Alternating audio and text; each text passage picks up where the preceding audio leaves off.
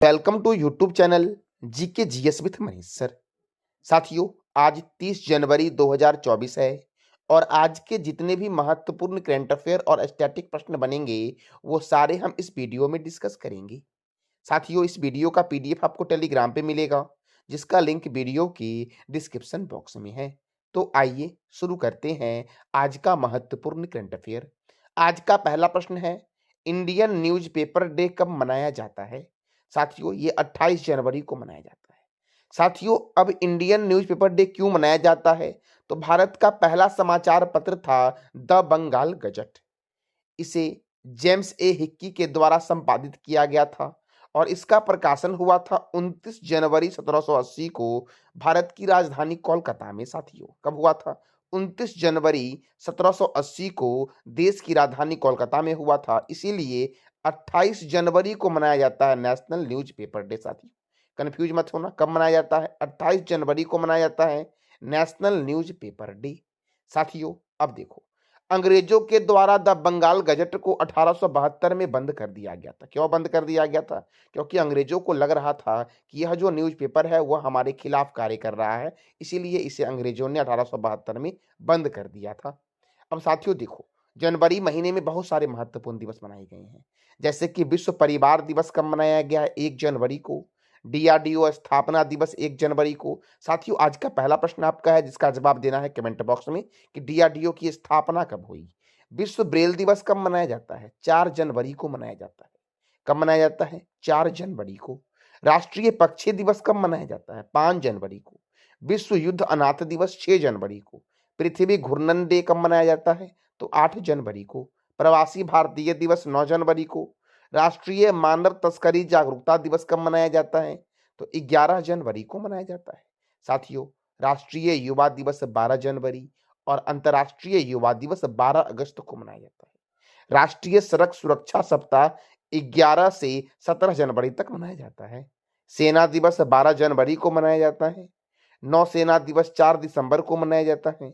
वायुसेना दिवस कब मनाया जाता है? तो 8 अक्टूबर को मनाया जाता है वायुसेना दिवस। साथियों, राष्ट्रीय स्टार्टअप दिवस 16 जनवरी। पेंगुइन जागरूकता दिवस 20 जनवरी। पराक्रम दिवस 23 जनवरी। अंतर्राष्ट्रीय शिक्षा दिवस 24 जनवरी। राष्ट्रीय बालिका दिवस 24 जनवरी।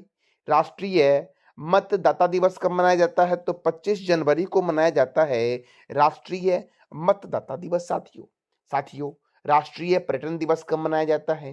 तो 25 जनवरी को मनाया जाता है। अंतर्राष्ट्रीय सीमा शुल्क दिवस 26 जनवरी। अंतर्राष्ट्रीय स्वच्छ ऊर्जा दिवस कब मनाया जाता है? 26 जनवरी को। नेशनल जियोग्राफी दिवस कब मनाया जाता है? 27 जनवरी को मनाया जाता है। साथियों, कब मनाया जाता है? 27 जनवरी को। अगला प्रश्न हमारा है, 69 में फिल्म फेयर अवार्ड्स 2024 का आयोजन कहाँ हुआ है? तो गुजरात की राजधानी साथियों गांधीनगर में हुआ है 69वां फिल्म फेयर अवार्ड्स 2024। साथियों, और पहला फिल्म फेयर अवार्ड जो हुआ था ये कब हुआ था? तो याद रखना 1954 में हुआ था। साथियों, कहाँ हुआ था? मुंबई में हुआ था। मुंबई को बोला गया 7 टापुओं का नगर। साथियों, अब गुजरात में हुआ है 2024 का फिल्म फेयर अवार्ड 69वां। तो गुजरात की राजधानी क्या है? गांधीनगर। साथियों, गांधीनगर से एक प्रश्न याद रखना कि यहाँ पर प्लाज्मा अनुसंधान संस्थान है। गुजरात के गवर्नर हैं आचार्य देवव्रत। गुजरात के मुख्यमंत्री हैं भूपेंद्र भाई पटेल। गुजरात में राज्यसभा 11 है और लोकसभा कितना है साथियों? 26 है। काकरापारा परियोजना जो है ये ताप्ती नदी पर है। किस नदी पर है काकरापारा परियोजना? ताप्ती नदी पर है गुजरात में। उकाई परियोजना किस नदी पर है?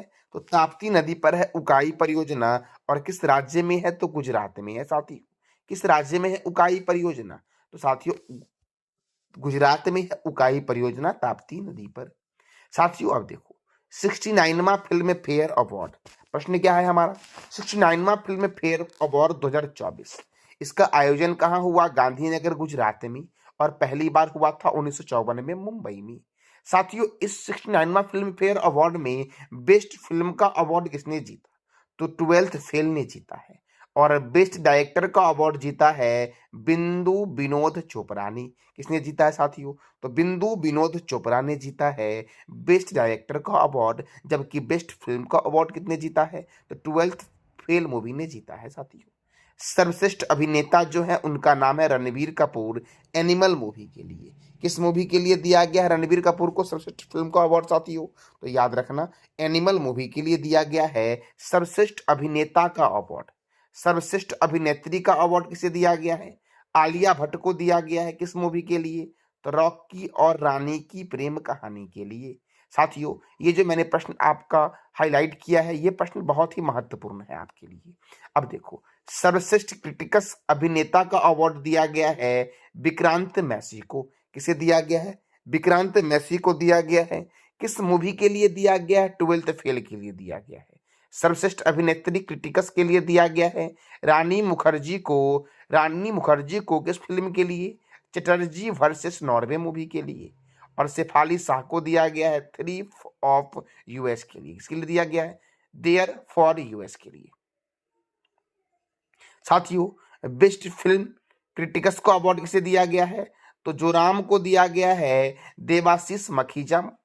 साथियों, इनका मूवी था क्या? कौन सा मूवी था इनका? तो देवाशीष मखीजा का मूवी था जोराम। इसी फिल्म को दिया गया है बेस्ट फिल्म क्रिटिकस का अवार्ड साथियों।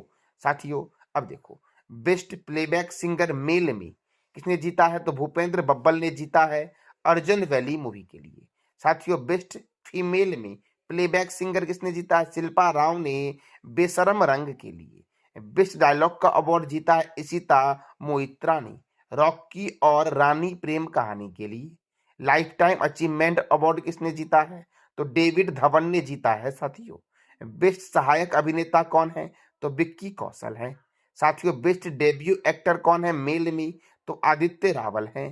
साथियों, बेस्ट डेब्यू एक्ट्रेस कौन है?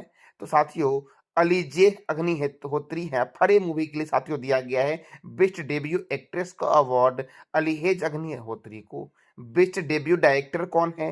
तरुण डुडेजा है। कौन है? तरुण डुडेजा। और फिल्म का नाम क्या है? धक धक साथियों। साथियों, अगला प्रश्न हमारा है लाला लाजपत राय की 159वीं जयंती कब मनाई गई है? तो 28 जनवरी को मनाई गई है।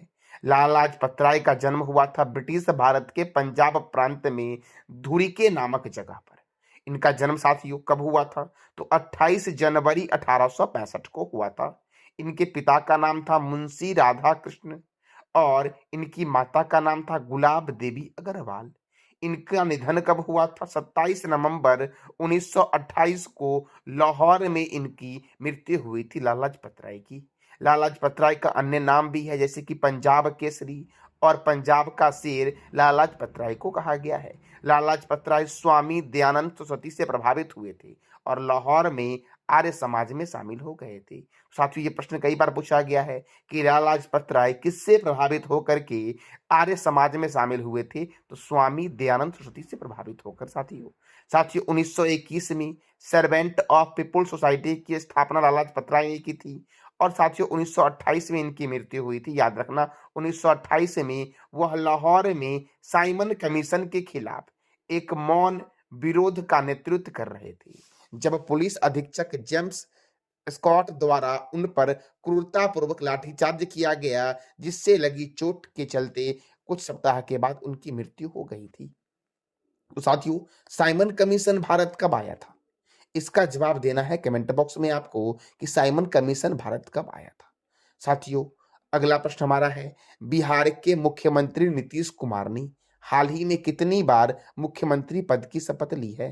तो याद रखना, 9वीं बार साथियों बिहार के मुख्यमंत्री ने मुख्यमंत्री पद की शपथ ली है। कितनी बार? 9वीं बार साथियों। साथियों, याद रखना, सबसे ज्यादा बार शपथ लेने वाले जो मुख्यमंत्री बने हैं वो नीतीश कुमार बने हैं। दूसरे स्थान पर है जयललिता, जो 6 बार साथियों मुख्यमंत्री पद की शपथ ली थी और ये तमिलनाडु की मुख्यमंत्री थी। तीसरे स्थान पर है वीरभद्र सिंह, इन्होंने भी 6 बार ही मुख्यमंत्री पद की शपथ ली थी। साथियों, चौथे स्थान पे साथियों है नवीन पटनायक। साथियों, तीसरे स्थान पर है क्योंकि जयललिता और वीरभद्र सिंह दोनों 6 बार मुख्यमंत्री पद की शपथ ली थी साथियों। और तीसरे स्थान पे नवीन पटनायक जो 5 बार मुख्यमंत्री पद की शपथ लिए थे। तो साथियों देखो, अब बिहार के मुख्यमंत्री फिर से बने हैं कौन? नीतीश कुमार बने हैं। कैमी बार बने हैं? 9वीं बार बने हैं। तो बिहार के उप मुख्यमंत्री कौन बने हैं? सम्राट चौधरी, जो बीजेपी से हैं, और विजय कुमार सिन्हा, ये उप मुख्यमंत्री बने हैं बिहार के। साथियों बिहार विधानसभा में जेडीयू के पास 45 सीटें हैं और बीजेपी के पास 78 सीटें हैं। साथियों बिहार विधानसभा में जेडीयू के पास कितने सीटें हैं? 45, जबकि बीजेपी के पास कितने हैं? 78 सीटें हैं। अब बिहार, तो बिहार की राजधानी क्या है? पटना। बिहार के गवर्नर कौन है? राजेंद्र विश्वनाथन आलेरकर। बिहार के मुख्यमंत्री कौन है? नीतीश कुमार। साथियों देखो, बिहार की स्थापना जो हुई थी वो 22 मार्च 1912 को हुई थी। बिहार में राज्यसभा 16 है और लोकसभा 40 है। बिहार में डिस्ट्रिक्ट है 38। विधानसभा सीट कितना है बिहार में? 243 है। बिहार में विधान परिषद सीट कितना है? तो 75 है बिहार में विधान परिषद सीट। साथियों देखो, विधान परिषद वाले राज्य हैं उत्तर प्रदेश, जहां पर 100 सीटें हैं, याद रखना। कितने सीटें हैं? 100 सीटें। महाराष्ट्र में कितने विधान परिषद सीटें हैं? तो 78 सीटें हैं। बिहार में भी 75 सीटें हैं। कर्नाटक में 75 सीटें हैं।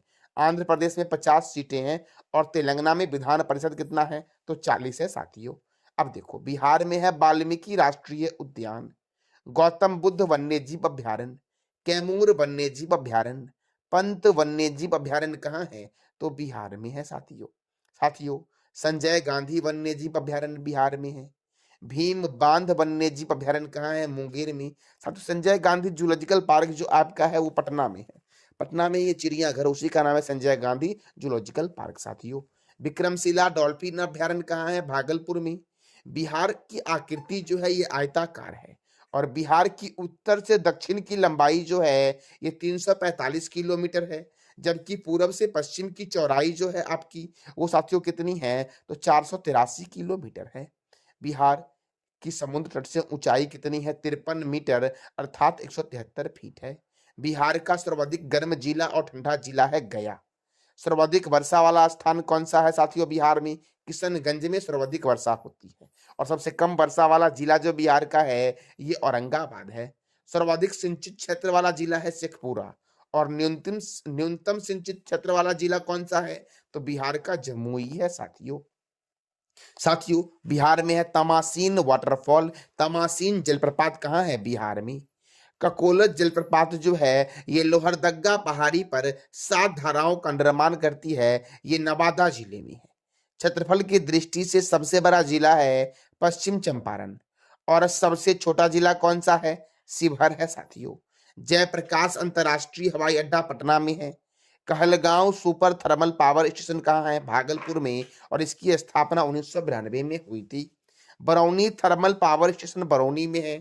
मोइन उल हक स्टेडियम पटना में है। साथियों और पटना गंगा और सोन के संगम पर बसा हुआ है। सुब्रमण्यम स्टेडियम गया में है। खुदीराम बोस स्टेडियम कहाँ है? तो मुंबई में है। साथियों मुजफ्फरपुर में है। खुदीराम बोस स्टेडियम कहाँ पर है? मुजफ्फरपुर में। साथियों सॉरी साथियों मिस्टेक। देखो वीर कुंवर सिंह स्टेडियम कहाँ है? आरा में है। बिहार के प्रथम राज्यपाल है जयराम दास दौलतराम। बिहार के प्रथम मुख्यमंत्री कौन है? श्री कृष्ण सिंह है। पूर्व मध्य रेलवे का हेडक्वार्टर कहाँ है? हाजीपुर में है। और क्षेत्रफल की दृष्टि से देश का 12वां सबसे बड़ा राज्य कौन सा है? बिहार। महाबोधि मंदिर बोधगया को 2002 में और नालंदा विश्वविद्यालय को 2016 में यूनेस्को के विरासत स्थल की सूची में शामिल किया गया है। देखो बिहार की जनजाति को देखते हैं तो उराव, खरवार, थारू ये बिहार की मुख्य जनजाति है। थारू एक अनुसूचित जनजाति है और यह पश्चिम चंपारण में पाए जाने वाला एक समुदाय है। साथियों मैंने क्या बोला? थारू एक अनुसूचित जनजाति है और यह पश्चिम चंपारण में पाया जाता है। देखो बिहार का लोक नृत्य है जाट जटिन। कौन सा नृत्य है बिहार का साथियों? लोक नृत्य कौन सा है? जाट जटिन, कजरी, सोहर खिलौना, झुमेरी और झिझिया। शेरशाह सूरी का मकबरा जो है ये बिहार के सासाराम में है। शेरशाह सूरी का मकबरा इंडो इस्लामिक वास्तुकला का उदाहरण है और इसके वास्तुकार कौन है? मीर मोहम्मद अली वाल खान। साथियों कल भी मैंने बिहार के बारे में बताया था कि शेरशाह सूरी का मकबरा जो है ये बिहार के सासाराम में है और इसके वास्तुकार कौन है? मीर मोहम्मद अली वाल खान। बिहार की सीमा देखो, पूरब में है पश्चिम बंगाल, पश्चिम में है उत्तर प्रदेश, उत्तर में है नेपाल और दक्षिण में है झारखंड। साथियों नेपाल के प्रधानमंत्री कौन है ये बताना है कमेंट बॉक्स में। साथियों भारत और नेपाल के बीच प्रत्येक वर्ष एक सैन्याभ्यास होता है जिसका नाम है सूर्य किरण सैन्याभ्यास। साथियों अगला प्रश्न हमारा है सुसोमा सॉरी साथियों, रुसोमा, रुसोमा ऑरेंज फेस्टिवल। कौन सा फेस्टिवल? रुसोमा ऑरेंज फेस्टिवल का आयोजन किस राज्य में किया गया है? तो नागालैंड में किया गया साथियों। साथियों, ये संतरा को आगे बढ़ाने का फेस्टिवल है रुसोमा ऑरेंज फेस्टिवल। ये कहाँ हुआ है? नागालैंड में हुआ है। अब नागालैंड में हुआ है तो देखो, नागालैंड की राजधानी क्या है? Kohima.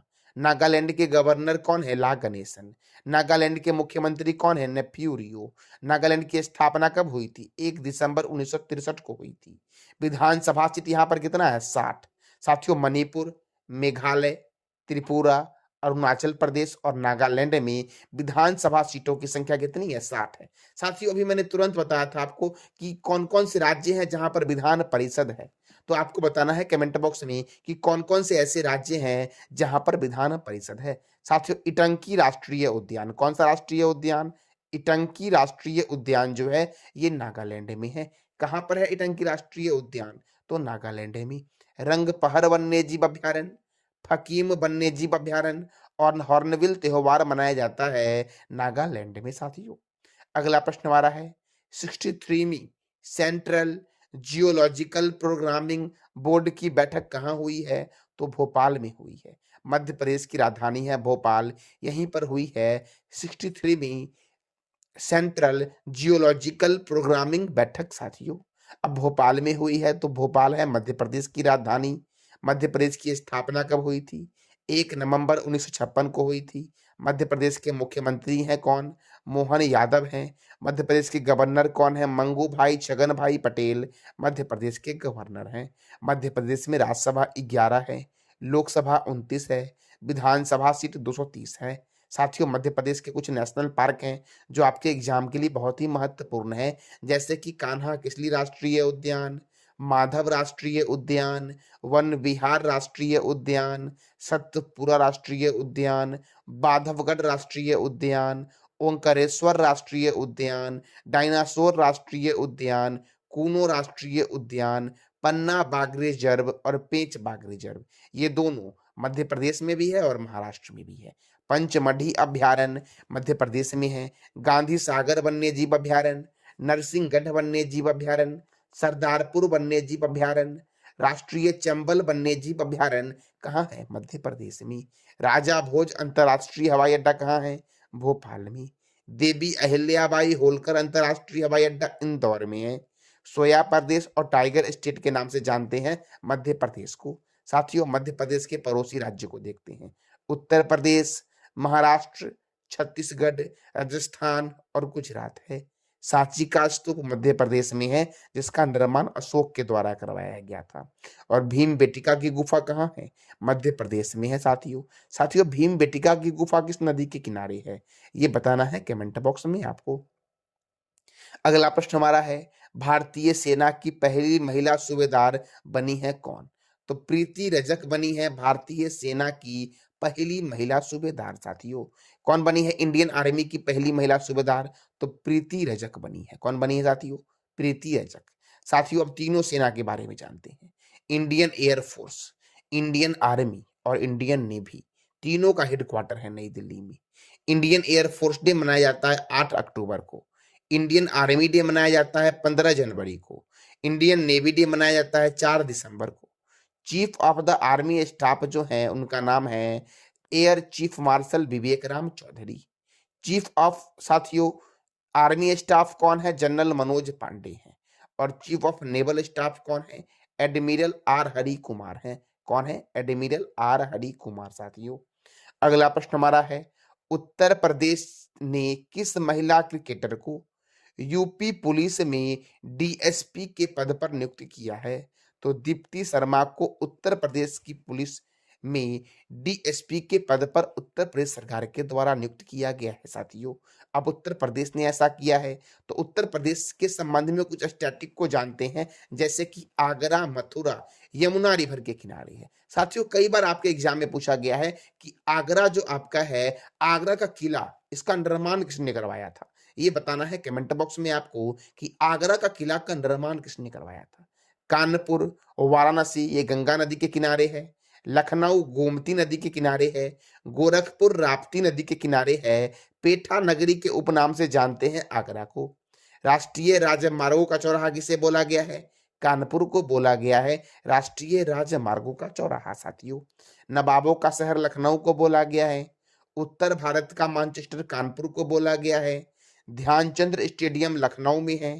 Green park stadium Kanpur में है। चौधरी चरण सिंह अंतर्राष्ट्रीय हवाई अड्डा कहाँ है? लखनऊ में। लाल बहादुर शास्त्री अंतर्राष्ट्रीय हवाई अड्डा वाराणसी में है। महर्षि वाल्मीकि अंतर्राष्ट्रीय हवाई अड्डा अयोध्या में है साथियों। अयोध्या सरयू नदी के किनारे है। उत्तर प्रदेश शिवालिक पर्वत श्रृंखला से घिरा हुआ है। रासलीला यहाँ का मुख्य लोक नृत्य है साथियों। साथियों, मैं प्रत्येक दिन आपको स्टैटिक बताता हूँ। आज आपका टॉपिक है, आज आपको बताना है साथियों गुजरात के बारे में। गुजरात के संबंध में आपने आज तक जो भी सीखा उसका जवाब देना है कमेंट बॉक्स में आपको साथियों। आज का आपका टॉपिक है, होमवर्क है गुजरात। साथियों, अगला प्रश्न हमारा है, हाल ही में किसके द्वारा डिजिटल कोर्ट 2.0 एप्लीकेशन को लॉन्च किया गया है? तो प्रधानमंत्री नरेंद्र मोदी के द्वारा डिजिटल कोर्ट 2.0 एप्लीकेशन लॉन्च किया गया है साथियों। साथियों, ये था आज का हमारा महत्वपूर्ण करंट अफेयर। साथियों, पिछले क्लास में मैंने आपसे 3 प्रश्न किया था। पहला प्रश्न हमारा था, किस देश ने पहली बार दोषी को फांसी देने के लिए नाइट्रोजन गैस का प्रयोग किया है? तो अमेरिका ने। साथियों, नाइट्रोजन की खोज किसने की थी? ये बताना है कमेंट बॉक्स में आपको। कितनी हस्तियों को 2024 में पद्म पुरस्कार से सम्मानित किया गया है? तो 132 लोगों को साथियों। साथियों, मिलानिस्टिक टाइगर सफारी स्थापित करने की घोषणा किस राज्य सरकार ने की है? तो ओडिशा ने की है मिलानिस्टिक टाइगर सफारी स्थापित करने की घोषणा। साथियों, आज का आपका 3 प्रश्न है जिसका जवाब देना है कमेंट बॉक्स में। कितने लोगों को वर्ष 2024 का कीर्ति चक्र प्रदान किया गया है? दूसरा प्रश्न आपका है, गणतंत्र दिवस 2023 पर सर्वश्रेष्ठ झांकी का अवार्ड किस राज्य की झांकी ने जीता है? साथियों, 2024 में उत्तर प्रदेश ने जीता है। मैंने 2023 का पूछा है, ध्यान रखना। साथियों, पद्म पुरस्कार 2024 कितने व्यक्तियों को मरणोपरांत दिया गया है? इस तीनों प्रश्न का जवाब देना है कमेंट बॉक्स में आपको। ये था आज का हमारा महत्वपूर्ण करंट अफेयर। जानकारी अच्छी लगी तो चैनल को लाइक करें, शेयर करें और सब्सक्राइब करें। साथ साथ बेल आइकन को भी दबा दें ताकि आपको डेली अपडेट मिल सके। धन्यवाद।